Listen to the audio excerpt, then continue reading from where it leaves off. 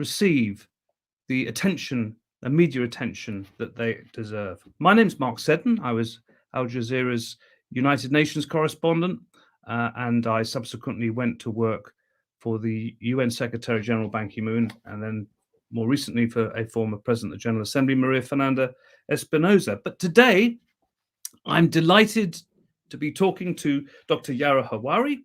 This is, I think, Yara, you've been with us before. Welcome back. It's great to see you. Thank you. Yara is in Palestine. For those who don't know Yara, you should know that she's a Palestinian academic. She's a writer, and she's a senior policy analyst for Al-Shabaka, the Palestinian Policy Network. And we welcome Yara to be here with us tonight. Thank you so much for joining us. I know you're having a very busy time, but I wondered if I might just really begin, because today we are discussing what is widely seen really as an anti-Palestinian bias in the media. And some may say this is ignorance, some others may say that it's actually quite deliberate. But either way, we want to try and get to the bottom of this, and who better to help us do that than Yara. And I wonder, Yara, if I could just begin really with, I suppose, a focus on media in Palestine and what media Palestinians trust. If there's a distrust of much of the international media, where do Palestinians go for their news and views? Well, we have a lot of local media sources, television channels, radio stations, etc. We have news groups on different messaging apps, journalist groups, and then, of course, social media, Twitter. Mark, Palestine is quite a small community, and news travels really fast here. So when we often hear of an incident, we're quite capable of getting all the details quite quickly just from personal contacts. In terms of international sources, there's really a plethora of media outlets who have a presence here and who report on Palestine. So I wouldn't necessarily be able to say what the preferred sources are, but there are certainly many. I mean, what about the actual infrastructure, though? But I mean, is there a tradition of Palestinian newspapers, vibrant independent newspapers, television and other media? I hear what you say about social media and its immediacy and how people can click on, and also what you're saying about Palestine being quite a small place. But, are there kind of trusted voices out there that people go to? Yes, there are. There is a long tradition of newspapers in Palestine, really from the beginning of the print press. There were newspapers in Palestine, so that's a long tradition, and it continues to be a vital news source for many, as is the radio. Actually, radio stations are quite a popular way to access news, and there are also, many local news television channels. So social media is really taken off I would say, in the last decade, perhaps a bit less. So there have always been other forms of media that have a longer history than social media. I mean, when Palestinians watch the BBC or CNN or other international media, if they want to watch it, and what do they feel? By and large, is it fair? Do they think it's fair? Do they think it's reasonable? Well, I would also be cautious to generalize or to speak on behalf of Palestinians. But I think for a long time, many of us have been cautious of international sort of mainstream media outlets that have long silenced Palestinian voices or have erased the Palestinian experience. I think people might think that the BBC is impartial and reports what's happening on the ground as it happens. But I think Palestinians feel that, quite contrary to the BBC, often uses words and terminologies that actually obscure the truth, using words like clashes or conflict. And perhaps the BBC is an example that does this par excellence more than any other media outlet. And I don't think that's particularly surprising, considering it's the national broadcaster for the United Kingdom. Well, Yara, yes, thanks for that. I mean, I think we'll certainly come back to the BBC and other, especially Western media and their coverage. I suppose also, before we move on to that, and also as you were just talking about there, the use of language is very, very powerful, because value judgments are made in the use of language, as we know. But tell me this, because the people looking in are also seeing that when it comes to the Palestinian Authority, there's been repression. There have been elections that haven't been taking place. There's been allegedly collusion between the Palestinian Authority and the Israeli Authority in policing Palestinians. Is there, if that is the case, is it also the case that the Palestinian Authority would, try to censor news media in Palestine? Well, I think firstly we have to be very clear that it's not allegedly there is collusion between the Palestinian Authority and the Israeli regime. Actually, it's written into the Oslo agreements that there has to be a form of security coordination between the Palestinian security forces, including the police, and the Israeli regime. And it's well documented and talked about. So there's nothing alleged about it. It's very much fact. Now, in terms of the repression of journalists and Palestinian media from the Palestinian authorities in both the West Bank and Gaza, this has been long and systemic, actually. Particularly those journalists and media sources who criticize the authorities. And this ranges from arrests, beatings, social media accounts being shut down. And this has been well documented by human rights groups, including Palestinian human rights groups. But it's also important to mention here that the Palestinian media is also attacked by the Israeli regime. Israeli army forces frequently raid and ransack Palestinian media offices. They target Palestinian journalists at demonstrations, regardless of their high-vis press jackets. They arrest people for social media posts. So this targeting of the media happens from all sides. And so really hats off to the Palestinian journalists and the media outlets who continue, despite this repression, to report and to tell the Palestinian story.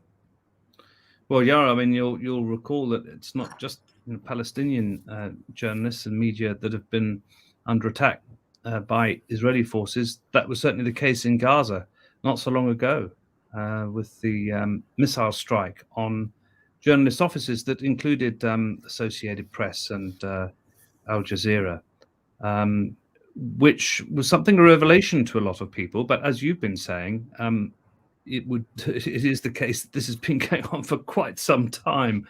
But look, I wonder, before we move on to the issue of language and coverage and bias, there has been this initiative, which Palestine Deep Dive is very keen on supporting, by the way, of trying to help Palestinian journalists actually develop their careers and to be able to interact with other journalists and to essentially make this demand on, especially many of the Western media organizations, that they actually hire Palestinian journalists to cover Palestine.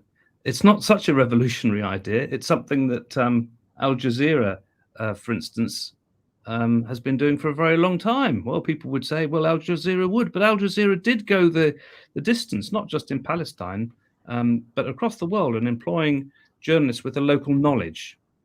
Do you think that initiative, and by the way, Mohammed Al-Kurd, who you know very, very well, he could be seen as an example of this, somebody who the Western media have taken and given him a serious job, the sort of job that he deserves, and the voice that we need to hear.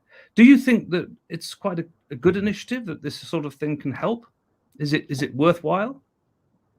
Well, I think it's important that Palestinians are given the space to tell and to report on their lived realities. And so I do think it's crucial to employ Palestinian journalists to report from the ground. But I would also argue that it's not enough. You know, we know that a lot of media outlets make their journalists follow a certain line, and there are restrictions on what can be said and what can't be said, and what can be written and what can't be written. So I think, you know, structurally we have to look at media institutions with a more critical eye, and not be simply satisfied with a veneer of Palestinian inclusion, but to make sure that this is a structural change of wanting to challenge the, you know, oppressive regimes, and to tell grassroots stories, to tell the stories of the people who are oppressed, and not just stick to the, you know, the line that mainstream media has stuck to for so long.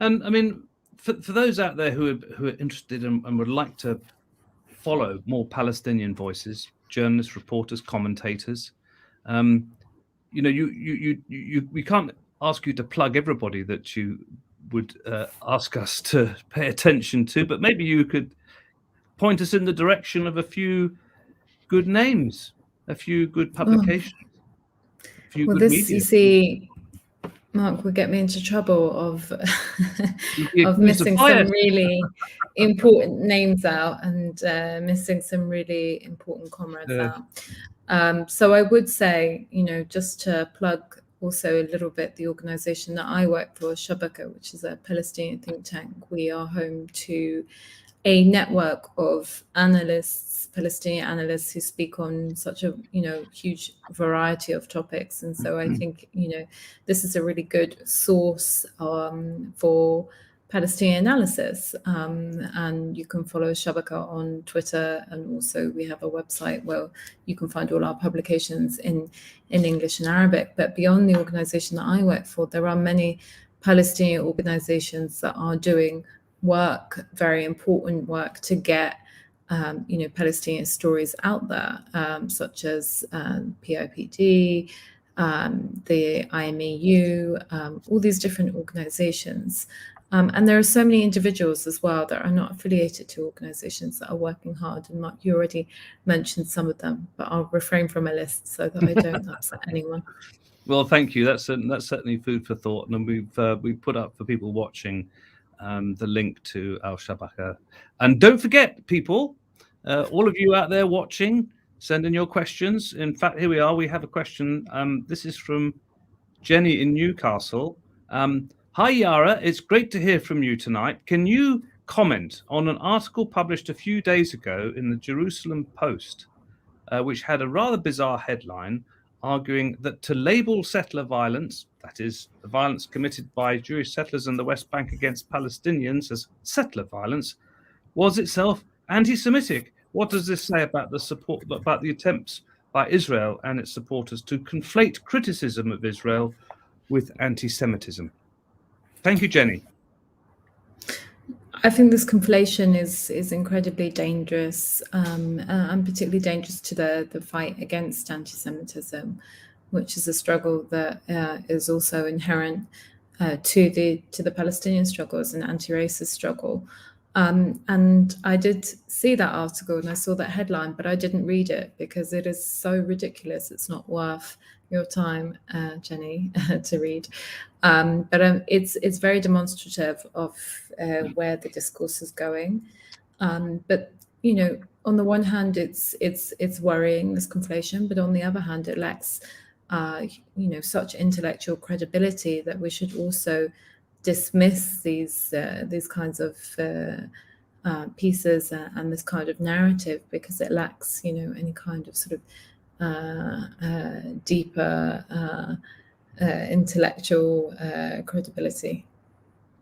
Talking of narrative, my colleague Omar, who's behind the scenes here, key to this operation, has amassed a series of clips, and one of them I thought we might just quickly play now, Omar, if you've got it, which is the first clip on, which is an interview with Yara. I believe the person interviewing her is called Mark, not me, by the way, But this would give you some indication of a typical kind of typical kind of question about conflict and Hamas and Israel and Gaza, the sort of thing that you quite regularly see on Western media. Have you got it there, Omar? Hundreds of rockets randomly into Israel, the way to help de-escalate the conflict? Mark, thanks for having me on. I think it's important to note that Israel has been occupying Gaza and ethnically cleansing Palestine years before Hamas came into existence. Israel conveniently uses the pretext of Hamas whenever it wants to absolve itself of the responsibility of war crimes that it commits.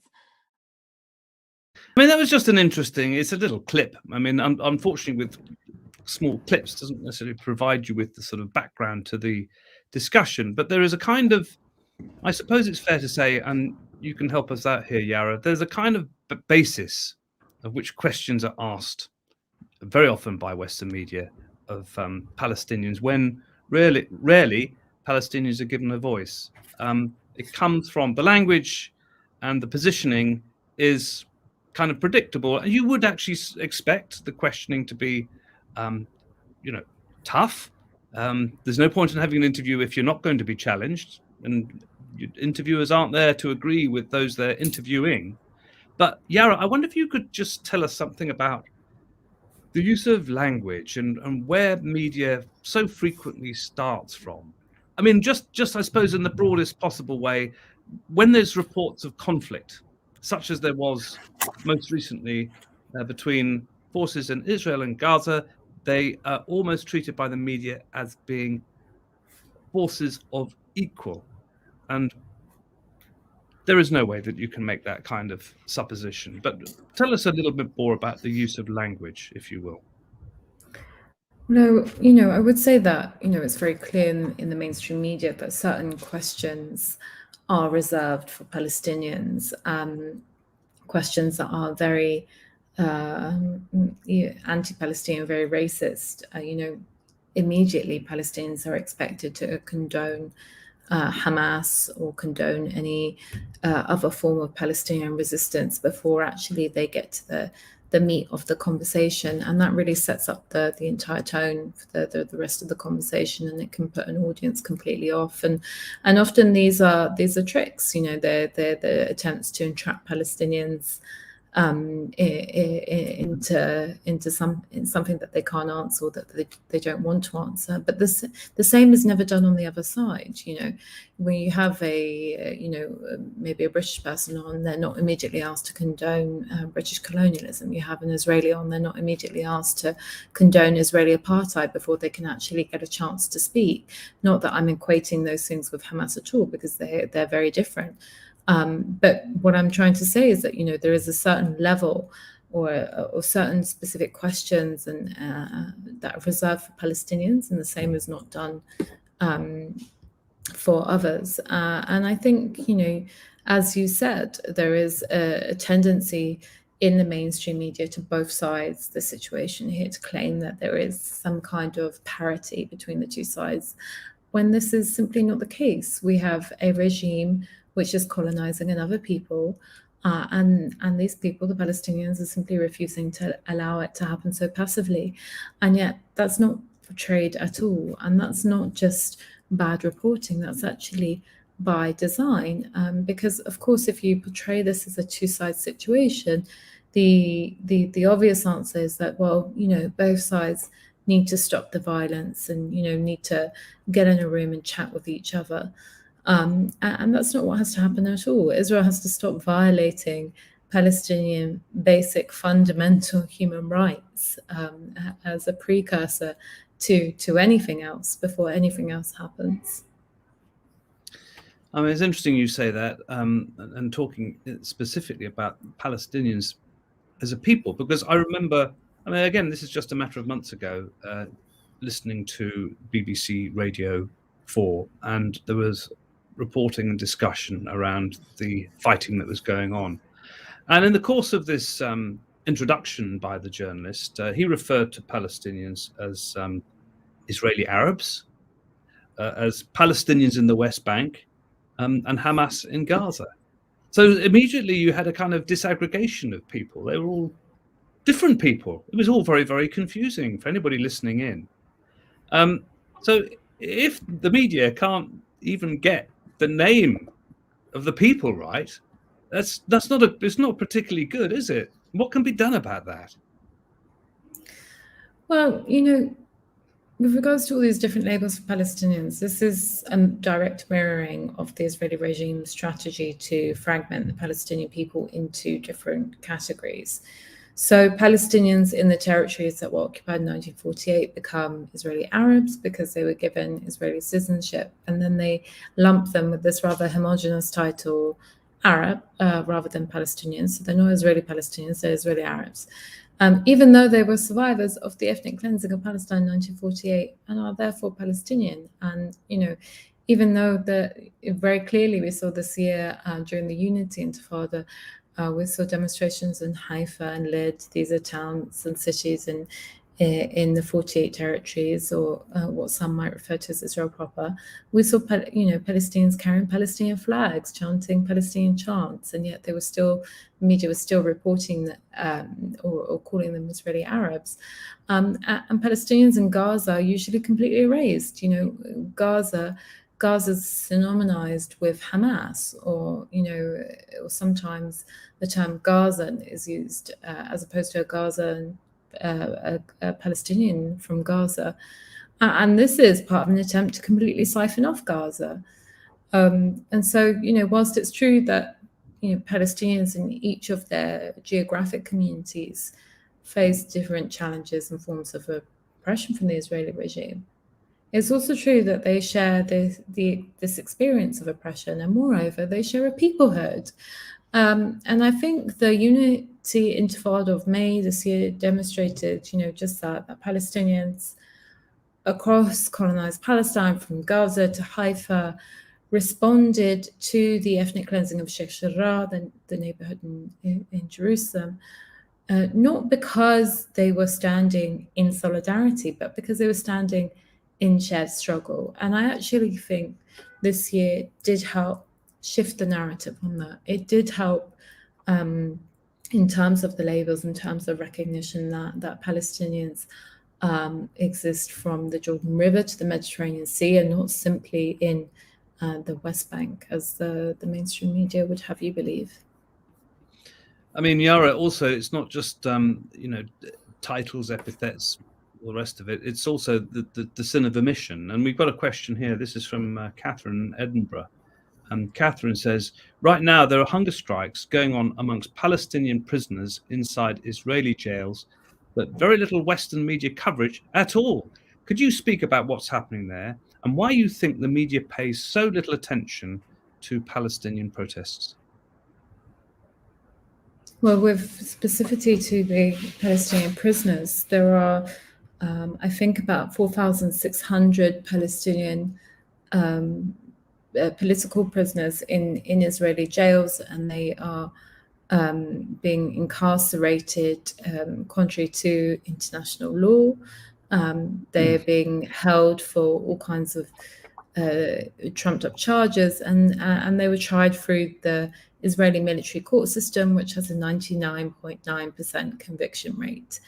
So not only is it an illegal system, it's a system that you could never hope to beat if you get caught up in it. And most Palestinians are affected by incarceration. Either their brothers or fathers or neighbors or friends have been arrested. Being arrested and incarcerated, unfortunately, is a shared feature of Palestinian life. The problem is that because Israel deems Palestinian political prisoners as terrorists, the international community refuses to touch them or to give them attention, despite the fact that they have been illegally incarcerated. The Israeli regime has been very clever, really, making this a sort of a topic or an issue that people are too afraid to touch. And so, unfortunately, this issue doesn't get the attention that it deserves. And Palestinian political prisoners have long waged hunger strikes in in protest of their illegal incarceration. And many of these hunger strikes have gone unnoticed by the mainstream media.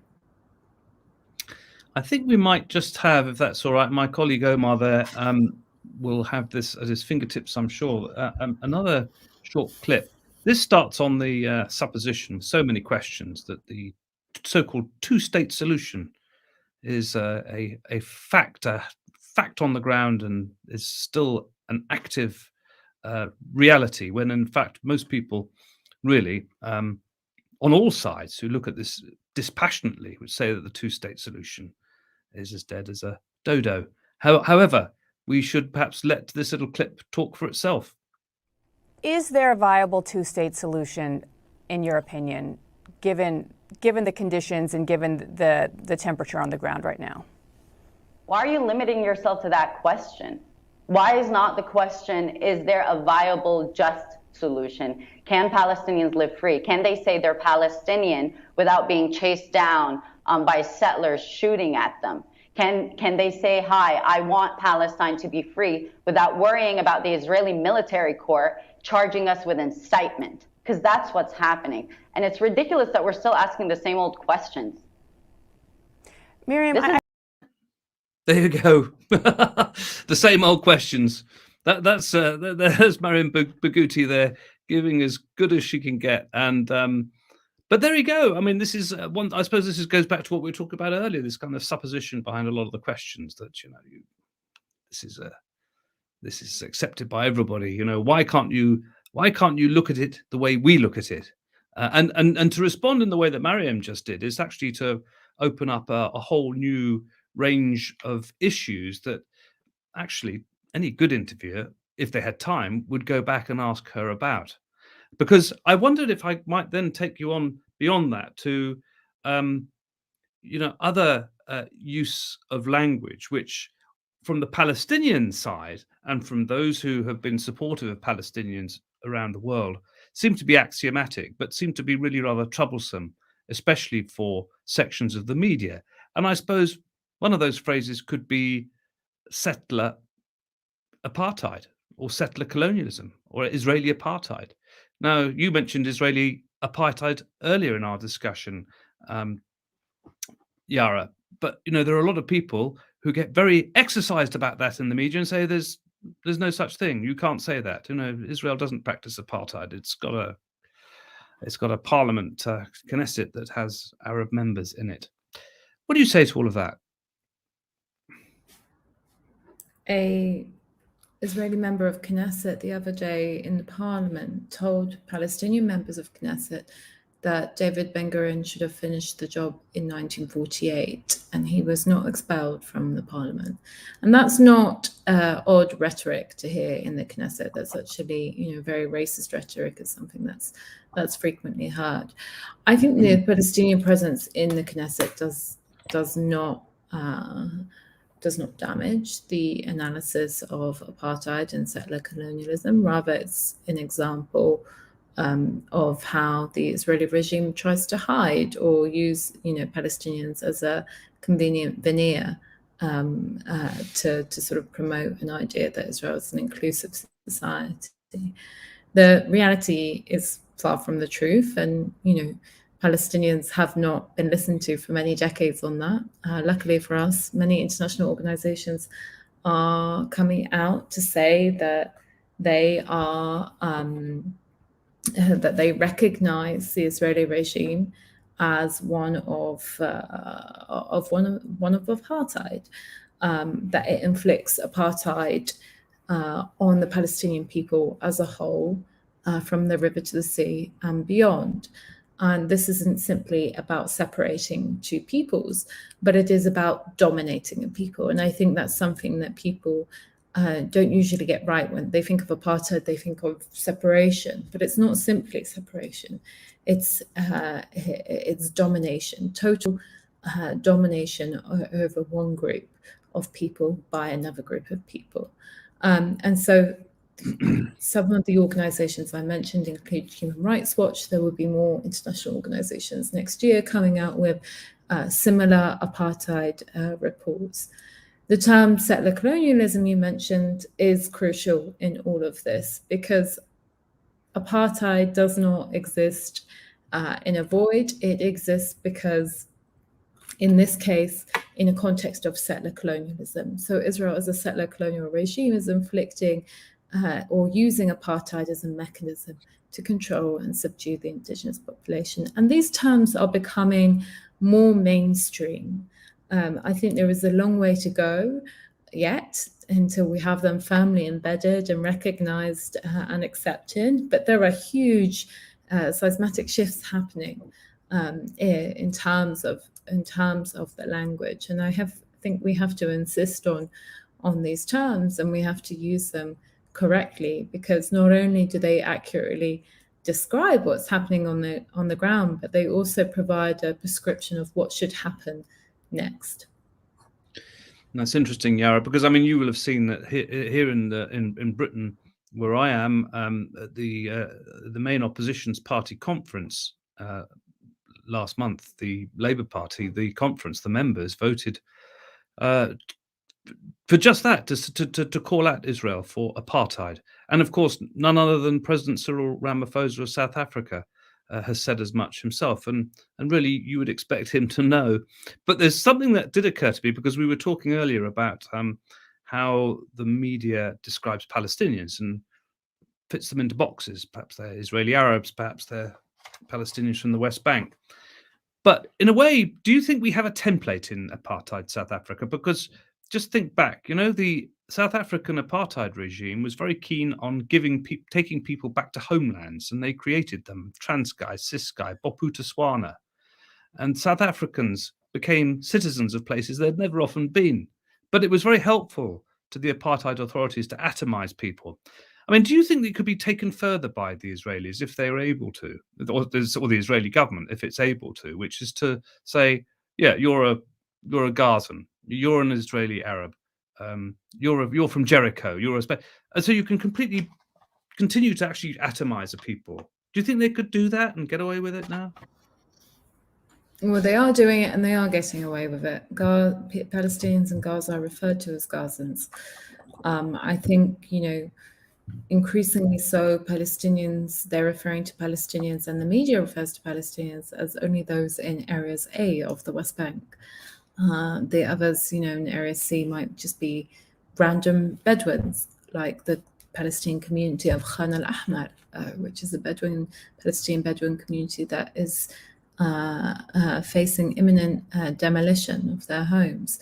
So I think that's already happening, and I think it's, it's a very similar tactic as to what happened in South Africa, is to Bantustanize the indigenous population and to remove any notion of a peoplehood, because then you were able to strip them of yet more rights and to take away their legitimacy of their legitimate claims of sovereignty. And that's really key here in this case. If you don't have a people, a collective, how can you claim any kind of sovereign status? And that's exactly Israel's game in this case.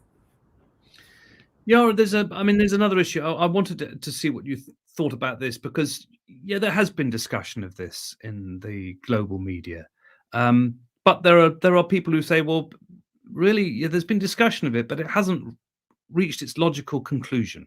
And the issue is this: it's the controversial nation-state law, Israel's nation-state law. And just for the benefit, most of the folks watching tonight will be familiar with it, but some of you may not be. Essentially, the nation-state law, it states that the right to exercise national self-determination in Israel is unique to the Jewish people. It establishes Hebrew as Israel's official language and downgrades Arabic, a language widely spoken by Palestinians in Israel, to a special status, and it establishes Jewish settlement as a national value and mandates that the state will labor to encourage and promote its establishment and development. Now, this, it seems to me, and it's, perhaps you can tell us what you think about this, but it seems to me that it actually does two things. It goes towards establishing a kind of a theocratic state, and it also encourages what we've just been talking about, settler apartheid, and that actually, to a lot of people, given what we've just been discussing, is actually reminiscent of a theocratic state like Iran, and B, an apartheid state like South Africa. Now, if we can reach those conclusions simply based on the nation-state law, why isn't this a big issue? That's what I think a lot of people would like to know. Well, I'm not sure about the comparison with Iran, to be honest with you. But I think it's important to make something clear. I'll come back to that one, but why not? I mean, I know there's a marginally in Iran. I know there are reserved places for Christians, for Jews, and for others. But it is a theocratic state, really. I mean, and is that a model that, if Israel is talking in similar language, or perhaps you'll disagree with me, you say, well, no, you're not obliged. There's not a Muslims are not valued above Christians or Jews in Iran. I mean, but tell us, because it'd be interesting to know.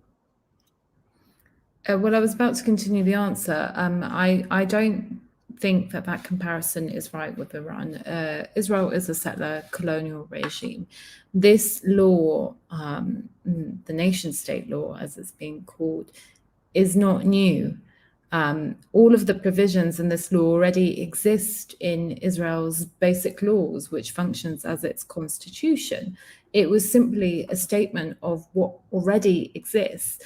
And the reason it was done was to placate, at the time, the very far right-wing camp. It was a gift to them, but it was a restating of things that already exist and have already existed since the establishment of the State of Israel. Israel was established as a Jewish nation state, and this was enshrined in its legal setup. And it's crucial that we recognize Israeli apartheid from its very beginning. Israel didn't suddenly become an apartheid state. It always was, and it was purposely set up that way. So if we look at the phenomenon of Israeli citizenship, for example. So in Israel, unlike in most countries, citizenship and nationality are distinct terms and categories. So there is such a thing as Israeli citizenship, but there is no Israeli nationality. Nationality is designated along religious ethnic lines. And yet, because the state defines itself constitutionally as Jewish, not Israeli, as Jewish, those with Jewish nationality trump the non-Jewish population. So as the nation and the state of Israel are considered one and the same, the exclusion of non-Jewish citizens is the obvious consequences.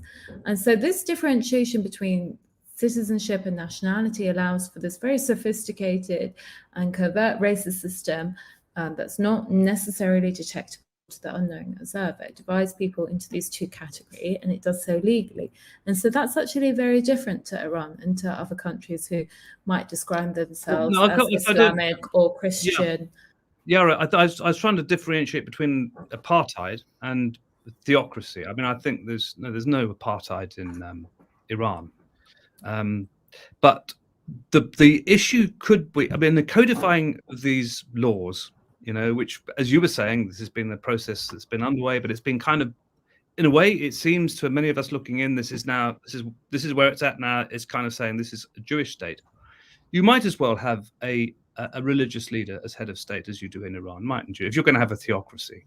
So what I suppose I'm saying is, let's forget the pretense, and shouldn't the media be asking these sort of questions? Yes.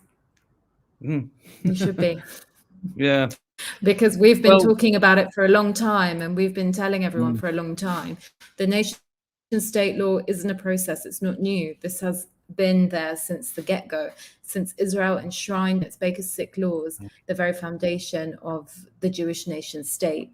That was there from the very beginning. This is not new, and Palestinians have been reporting and talking about it for many decades now.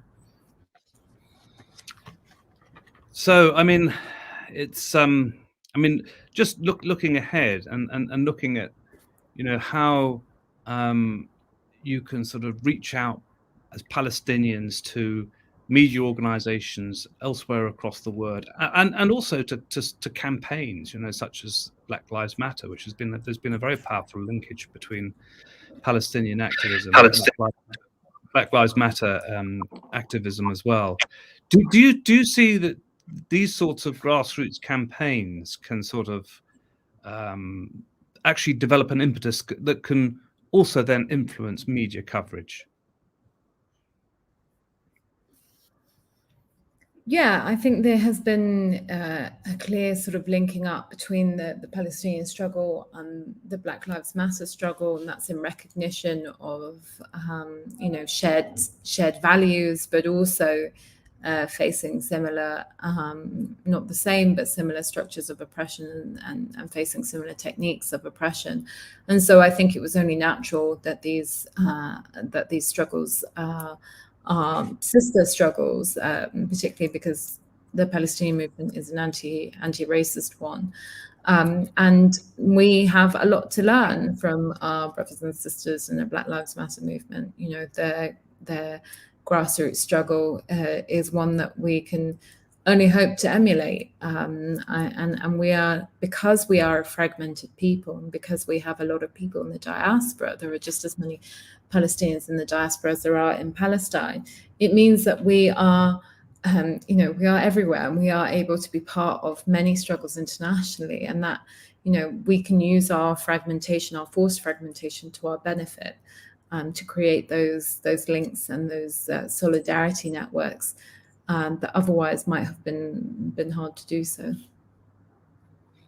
Thanks, Yara. I think we've got time just for one last clip, if we may. This is by a great friend of yours, Mohammed Al-Kurd, and it kind of shows a sort of real sort of pushback at a line of questioning, which really would make the interview begin to focus again, perhaps on where she was getting the information from. But could we, Omar, if you've got that to hand?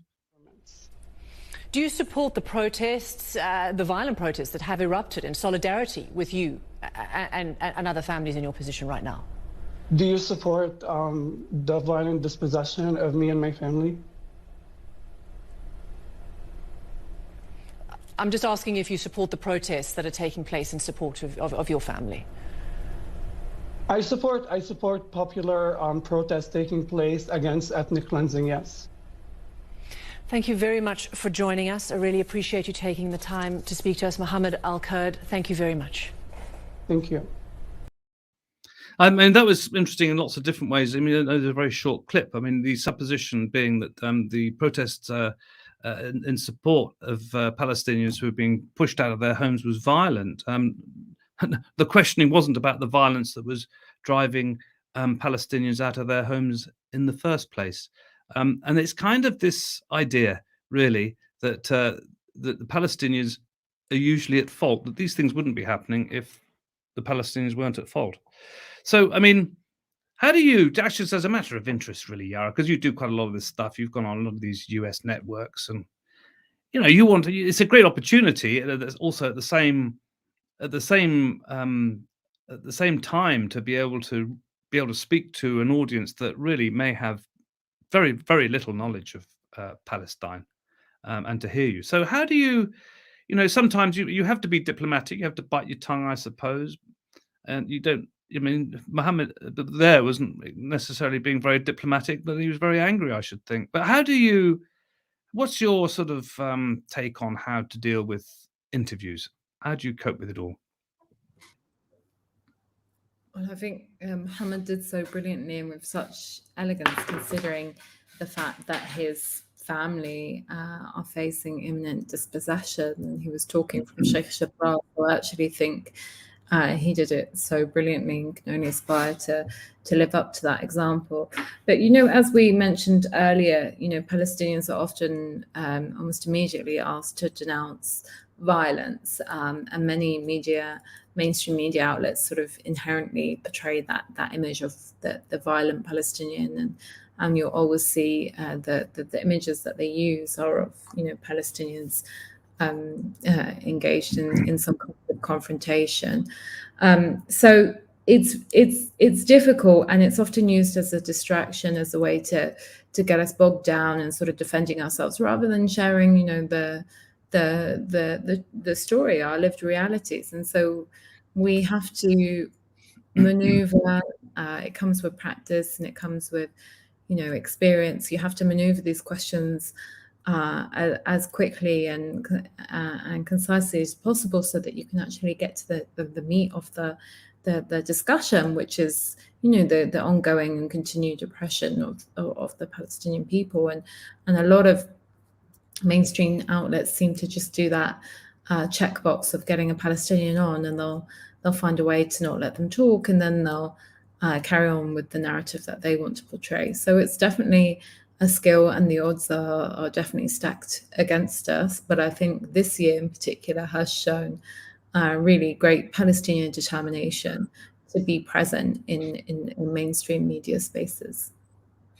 Well, Yara, sadly, we're going to have to bring things to a close shortly. But I wanted just to end, really, because you've made mention just now, and you have previously, about how the argument has moved on in many respects this year. I mean, do you feel more hopeful looking at the media landscape, given that, you know, we're not just dependent on broadcast news and newspapers, that we actually get our news and information from many sources, and if we can trust them and they're verified, then there's a multitude out there that is actually giving us information, reporting from on the ground, that we may not have seen before.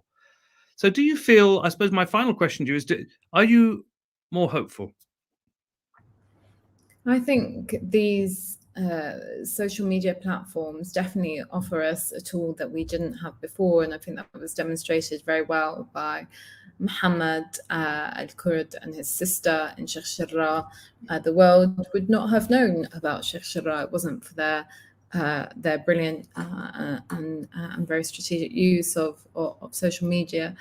I also think there's a lot of misinformation out there, and just as we can use social media, so can the Israeli regime.